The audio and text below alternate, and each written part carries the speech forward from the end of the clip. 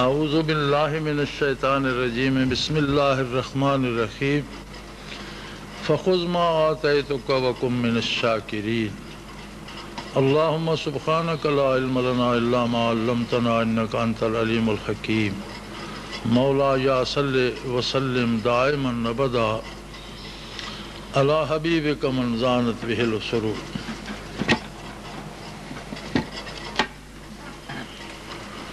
اللہ جل شانہ کی ذات ارحم الراحمین ہماری سمجھ، ہمارے شعور، ہمارے علم کی حدود سے بالا تر کریم، ہر وقت، ہر آن، ہر ایک کے ہر حال سے واقف، بے شمار خطاؤں کو بخشنے والی اور معمولی کوششوں پر انعامات سے نوازنے والی ہے۔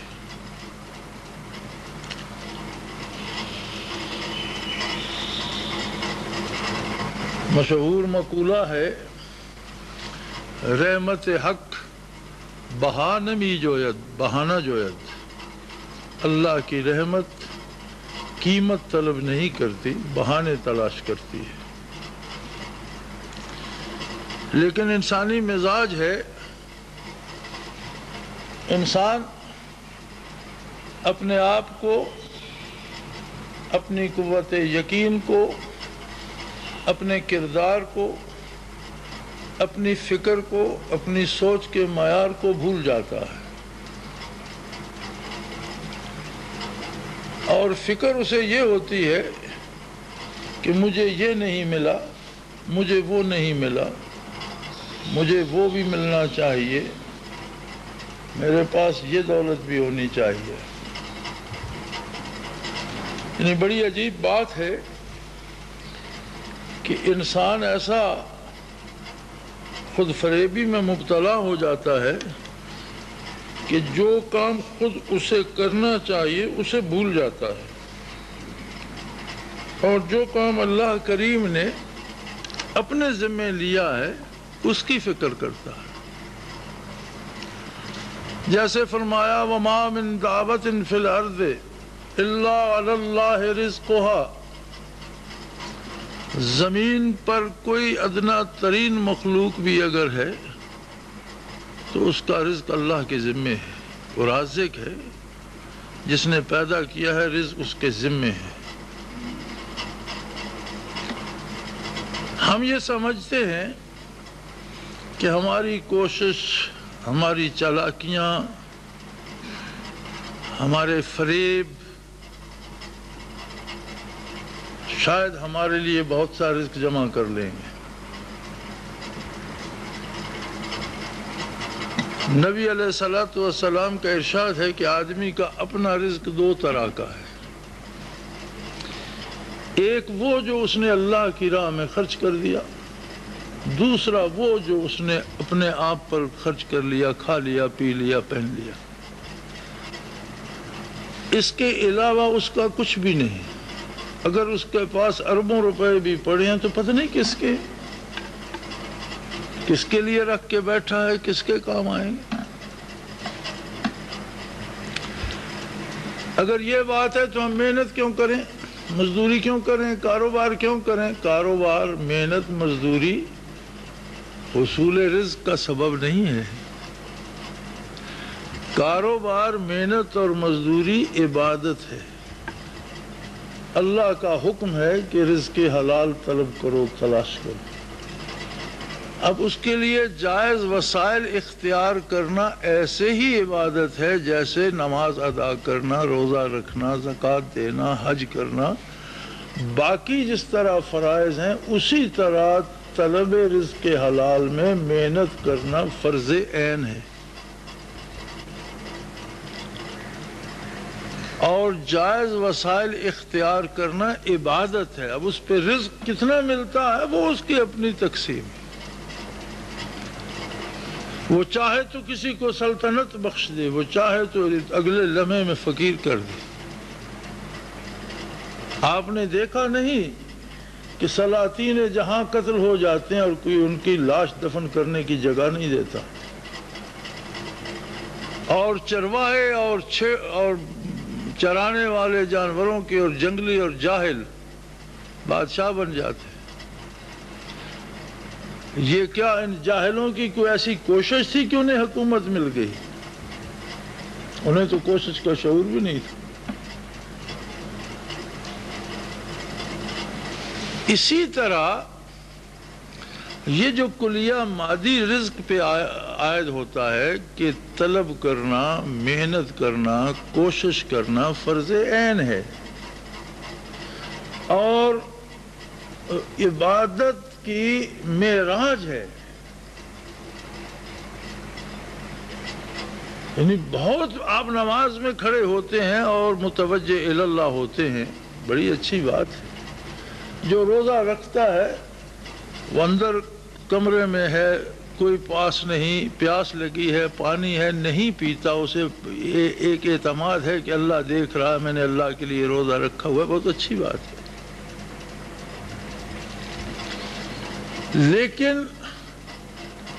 یہ عبادت ہے، لیکن کام دنیا کا ہو، مزدوری کر رہا ہو، ہل چلا رہا ہو، کھیتی بو رہا ہو، نوکری کر رہا ہو، چوکیداری کر رہا ہو، دفتر میں بیٹھا ہو، کام دنیا کا کر رہا ہو اور توجہ اللہ کی طرف ہو کہ اللہ میں تیری اطاعت کے لیے یہ سب کر رہا ہوں، رزق تو نے دینا ہے، اس میں میری کوشش کا کیا دخل، وہ تو نے دینا ہے، تیرے ذمہ ہے، تو نے خود اپنے ذمہ لیا۔ تو حضور قلب کی یہ کیفیت اس نماز اور اس حج سے بہتر ہے جس میں حضور قلب حاصل نہ ہو، اور نماز اور دوسری عبادات کی نسبت امور دنیا میں حضور حق کی کیفیت حاصل کرنا مشکل ترین کام ہے۔ ہمارا تو حال یہ کہ ہمیں نماز میں حضور حق حاصل نہیں ہوتا، دنیاوی کاموں میں کب ہوگا؟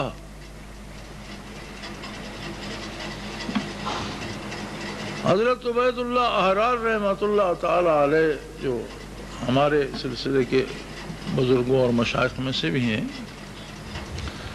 ان کے بارے مشہور شعر ہے کہ چو فقر اندر ابائے شاہی آمد، چو فقر اندر ابائے شاہی آمد، ز تدبیر عبید اللہ آمد، کہ یہ عبید اللہ احرار رحمۃ اللہ علیہ تھے کہ جنہوں نے فقیروں کو بھی بادشاہوں جیسا لباس پہنانا سکھا دیا۔ امیر آدمی تھے، بہت بڑے زمیندار تھے، اور ایک وقت میں 100 ہل چلا کرتا تھا۔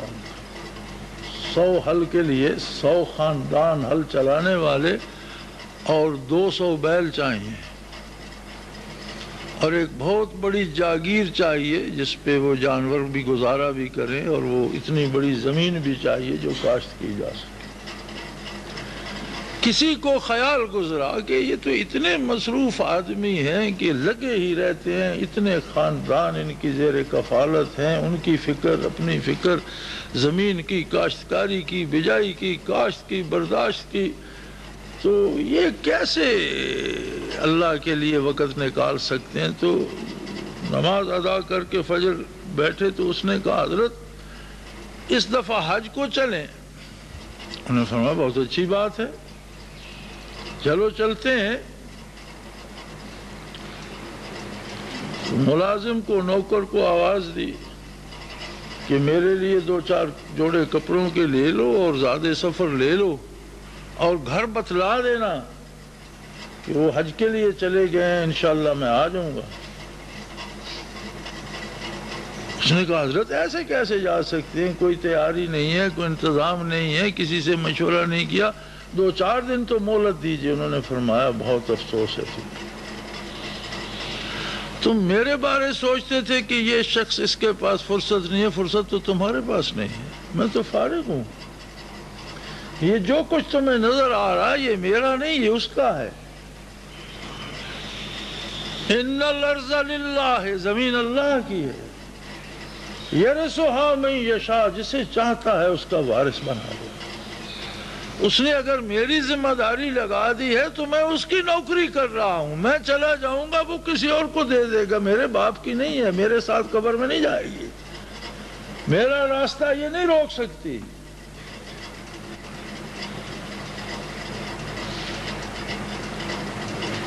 یہی کلیہ، یہی قاعدہ دین میں اور روحانیت میں بھی لاگو ہوتا ہے۔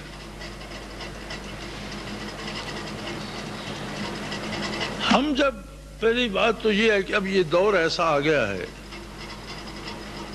کہ جہاں نام کو تو 2 ارب یا 200 کروڑ کے لگ بھگ دنیا میں مسلمان ہیں، لیکن اللہ پر اعتماد کرنے والے شاید ان میں بہت ہی کم ہیں۔ زبانی ماننے والے تو 2 ارب ہیں یا 200 کروڑ ہیں، حقیقتاً اس پر اعتماد کرنے والے بڑے تھوڑے لوگ ہیں، بہت کم۔ اور اللہ سے کٹ کر لوگ اکیلے ہو گئے ہیں۔ یہ اکیلا پن کافر کی سزا ہے، ہر کافر اکیلا اکیلا جیتا ہے۔ باپ کے دکھ الگ ہیں، ماں کے الگ ہیں، بیٹی کے الگ ہیں، بیٹے کے الگ ہیں، کوئی کسی کے دکھ نہیں بانٹتا، یہ خاصہ کفر کا ہے۔ ہر کوئی اپنے آرام کے لیے اپنی پریشانیاں دوسرے کے سر مڑنا چاہتا ہے، یہ خاصہ کفر کا ہے۔ اور کافر تو اس میں سر تاپا دھنسے ہوئے ہیں۔ آپ دنیا کے کسی کافر ملک کو دیکھ لیں، ہر فرد اکیلا اکیلا جیتا ہے۔ امریکہ کی تاریخ میں ایک کتاب سب سے زیادہ بکی، اس کا ریکارڈ ہے، اس کتاب کا نام تھا دا لونلی کراؤڈ، اکیلے اکیلے لوگوں کا جمع غفیر، کہ بے شمار لوگ ہیں لیکن ہر بندہ اکیلا ہے، ہر ایک کے اپنے مسائل ہیں، اپنی پریشانیاں ہیں، کوئی اس کا دکھ بانٹنے والا ہے۔ کافر اور مومن میں یہ فرق ہے کہ مومن کے ساتھ ہر وقت اس کا اللہ موجود ہوتا ہے، وہ کبھی اکیلا نہیں ہوتا۔ وَهُوَ مَعَاكُمْ أَيْنَمَا كُنْتُمْ، تم جہاں ہو، جس حال میں ہو، تمہارے ساتھ اللہ موجود ہے۔ اب جس کے ساتھ اللہ ہے اس کے ساتھ ساری خدائی ہے۔ سلطان محمود رحمت اللہ تعالی علیہ سے کسی نے کہا کہ یہ ایاز ایک چرواہا تھا، سلطان کی نظر اس پہ پڑی، آپ کو پسند آ گیا اور آپ نے لا کر یہاں بٹھا دیا۔ اسے ہم سے آپ کے قریب کرسی ملی کہ ہمارا، حالانکہ ہمارے آباء و اجداد آپ کے باپ دادا کے جرنیل تھے، آپ کے دادا کی خدمت کی، ہمارے باپوں نے آپ کے باپ کی خدمت کی، اور ہم نے جب سے ہوش سنبھالا ہے آپ کی جوتیوں میں بیٹھے ہیں، اور بے شمار جنگیں لڑیں، جانیں دیں، بیٹے قربان کیے، اور یہ ایک چرواہا حضور پکڑ کر لے آئے ہیں اور اس کی کرسی ہم سے آگے۔ اس کی کوئی وجہ تو ہوگی۔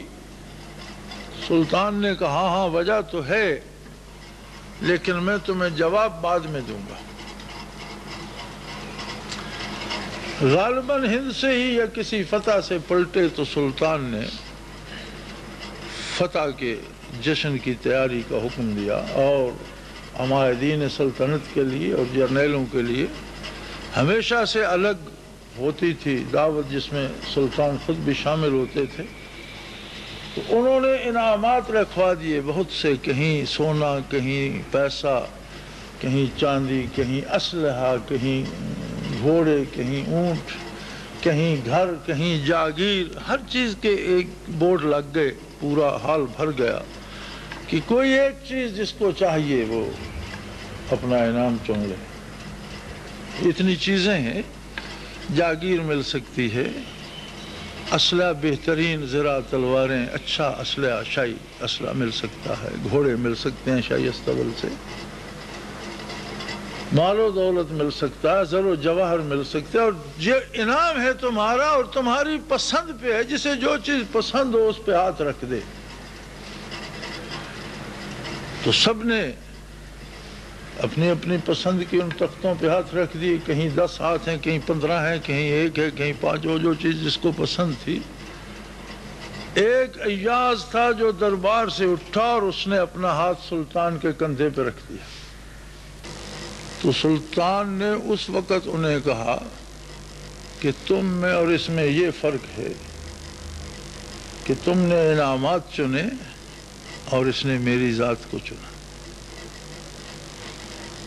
اور یہ تم سے دانا تر ہے، اس نے میرے کندھے پہ ہاتھ رکھا تو گویا ساری سلطنت اس کی، اور تم نے سلطنت کے ایک حقیر سے حصے کو قبول کیا، چھوٹی سی ریاست، چند گھوڑے یا چند سکے۔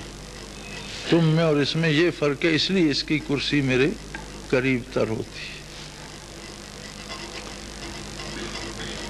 یہی حال بارگاہ الہی میں بھی ہے،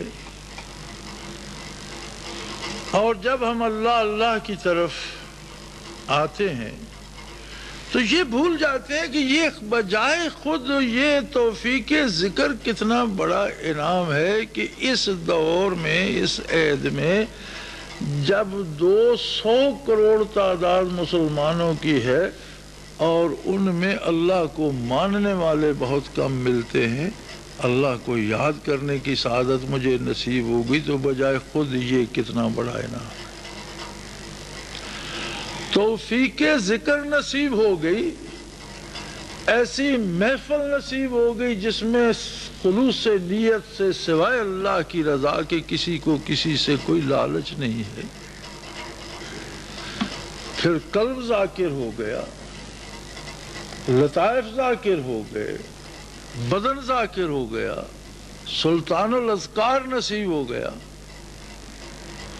باقی کی ساری عمر اسی کا شکر ادا کرتا رہوں تو ادا نہیں ہو پاتا۔ انسانی مزاج ہے، ہم یہ چیزیں بھول جاتے ہیں، اور انسانی مزاج یا جسے ہیومن نیچر کہتے ہیں، یہ ہر بندے میں ہوتی ہے۔ انبیاء علیہ السلام میں بھی ہوتی ہے، انہیں بھی گرمی سردی حوادثات زمانہ متاثر کرتے ہیں۔ حضرت موسیٰ علیہ نبینا علیہ السلام نے، اب دیکھو کیسی عجیب بات ہے، اللہ کا نبی نہیں، اولو العزم رسول ہے، صرف نبی نہیں، اولو العزم رسول ہے۔ انبیاء سے رسل افضل، انبیاء افضل ہیں، رسل افضل تر ہیں، اور اولو العزم افضل ترین ہیں۔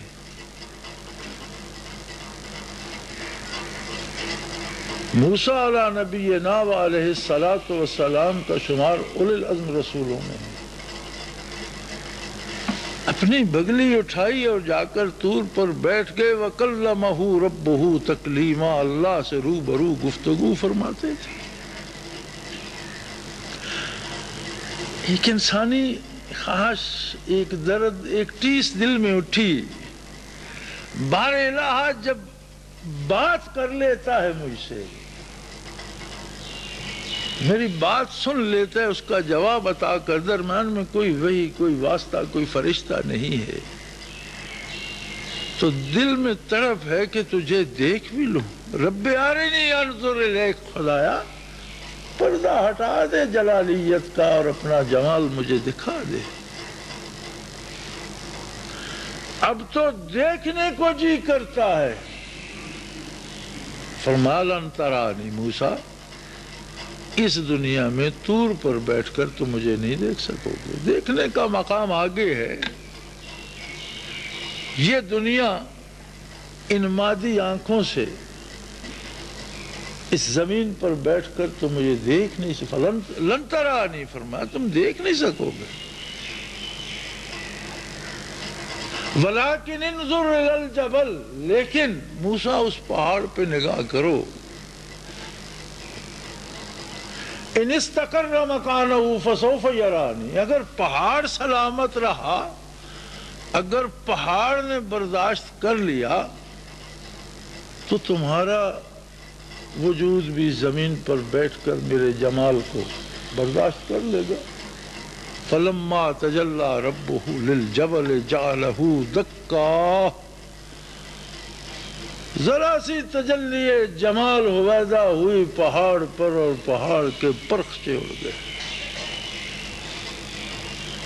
وخر موسیٰ صعقا، موسیٰ علیہ نبینا علیہ السلام بے ہوش ہو کر گر گئے۔ تجلی پہاڑ پر پڑی۔ فلما افاقا، جب حواس بحال ہوئے تو معذرت کی، بار الہ انسان کا مزاج ہے وہ اور آگے اور آگے، مجھ سے غلطی ہوگی، مجھے معاف فرما دے۔ تو ارشاد ہوا فَخُذْ مَا آتَيْتُكَ وَكُن مِّنَ الشَّاكِرِينَ، موسیٰ جو میں دیتا جاؤں وہ لیتا جاؤں۔ میں جانتا ہوں کس وقت کب کہاں کس کو کیا دینا ہے، مجھے کسی کے مشورے کی ضرورت نہیں ہے، لہذا میری بارگاہ میں فَخُذْ مَا آتَيْتُكَ وَكُن مِّنَ الشَّاكِرِينَ، جو میں دیتا جاؤں وہ لیتا جا اور اس کا شکر ادا کرتا چلا جا۔ اب وہ چاہتا ہے جل شانہ کہ تم میرے ہو جاؤ، اسے ہماری ضرورت تو کوئی نہیں۔ ہم میں سے تو اکثر وہ ہیں جن کی ضرورت ان کے گھر والوں کو بھی نہیں۔ ہم میں سے تو اکثر وہ ہیں جو اپنی اولاد پر بھی بوجھ ہیں، وہ کہتے ہیں کہ اس کی ہمیں ضرورت نہیں ہے، وہ کہتے ہیں مجھے تمہاری ضرورت ہے، میرے ہو جاؤ۔ اور ہم ہیں کہ وجود کو گھسیٹ کے لے آتے ہیں کہ ہم تیرے ہیں، لیکن دل پاس نہیں ہوتا، دل وہاں چھوڑا۔ تو پھر محنت تو اس بات پہ کی جانی چاہیے کہ دل کو بھی یہاں لے آئیں، اسے فارغ کریں، اسے خالی کریں، اس سے جھاڑ جھنکار صاف کریں۔ اب جہاں آپ اللہ کو بلانا چاہتے ہیں، کیا اس کمرے کو، اس جگہ کو صاف نہیں کرو گے؟ اس میں خواہشات کے جالے لٹک رہے ہوں گے، آرزوؤں کی تاریکیاں چھائی ہوئی ہوں گی، اس میں حسد اور نفرت کی آندھیاں چل رہی ہوں گی اور جھاڑ جھنکار اگے ہوئے ہوں گے، اس میں دشمنی کے سانپ رینگ رہے ہوں گے، اور آپ کہیں گے یا اللہ بھی جلوہ افروز ہو جائے، بھئی آپ تو آپ ہیں، میں تو میں ہوں۔ اللہ تو ایسا نہیں ہے، وہ تو جانتا ہے۔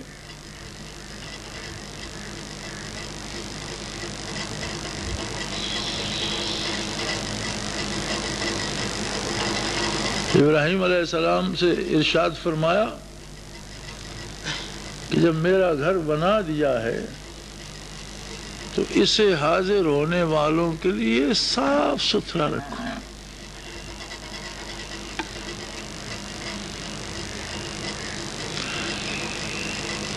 چند پتھروں کی دیوار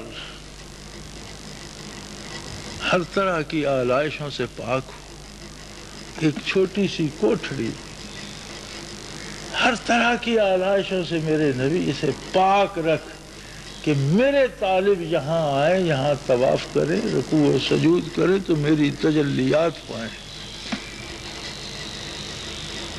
اب اگر ہم خالق کائنات کو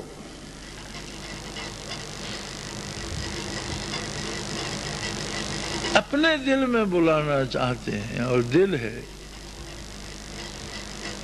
کہ اسے دل کہنا ہی نہیں چاہیے، اس میں تو جھاڑ جھنکار ہے، خواہشات کی آندھیاں چل رہی ہیں، فکریں کہیں سے کہیں جا رہی ہیں۔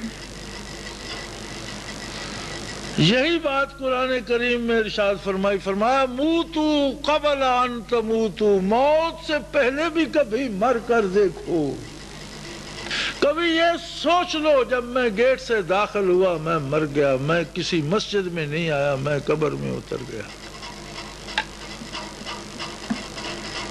اب قبر میں روشنی کے لیے اللہ کا نام چاہیے، قبر کی تنہائی کے لیے اس کا ساتھ چاہیے۔ قبر کے عذابوں سے بچنے کے لیے اس کی رحمت چاہیے، تو پھر سب کچھ چھوڑ کر اسی کے ہو جاؤ۔ اب اس کا کام ہے، وہ کیا دیتا ہے، جو دیتا ہے لیتے جاؤ۔ جو وہ دے گا شاید اتنا مانگنے کا آپ سوچ بھی نہیں سکے۔ جب بات اس پہ آئے گی تو جو وہ عطا کرے گا میں اور آپ شاید مانگنے کے لیے اتنا سوچ بھی نہیں سکیں گے۔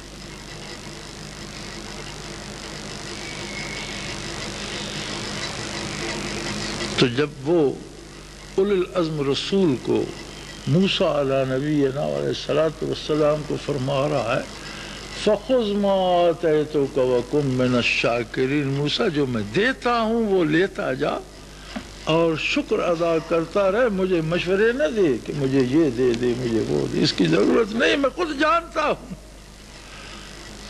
میں اور آپ کون ہوتے ہیں، ہماری حیثیت کیا ہے۔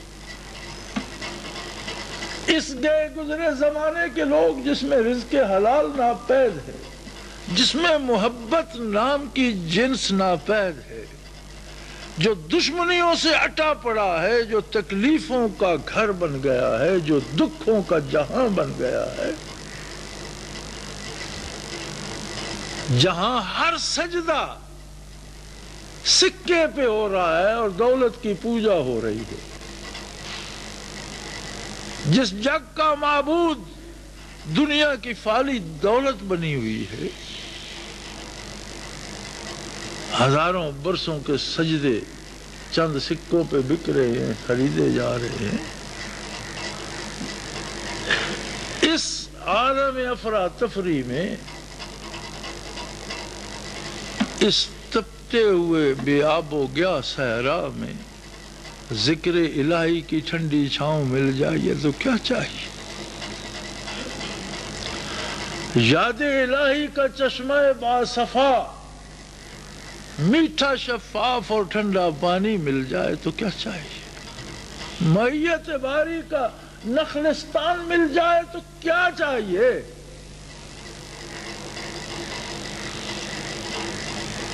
پھر وہاں بیٹھ کر اس کا شکر کرتے رہو، اس کا ذکر کرتے رہو، اس کی یاد سے روئیں روئیں کو آباد کرنا۔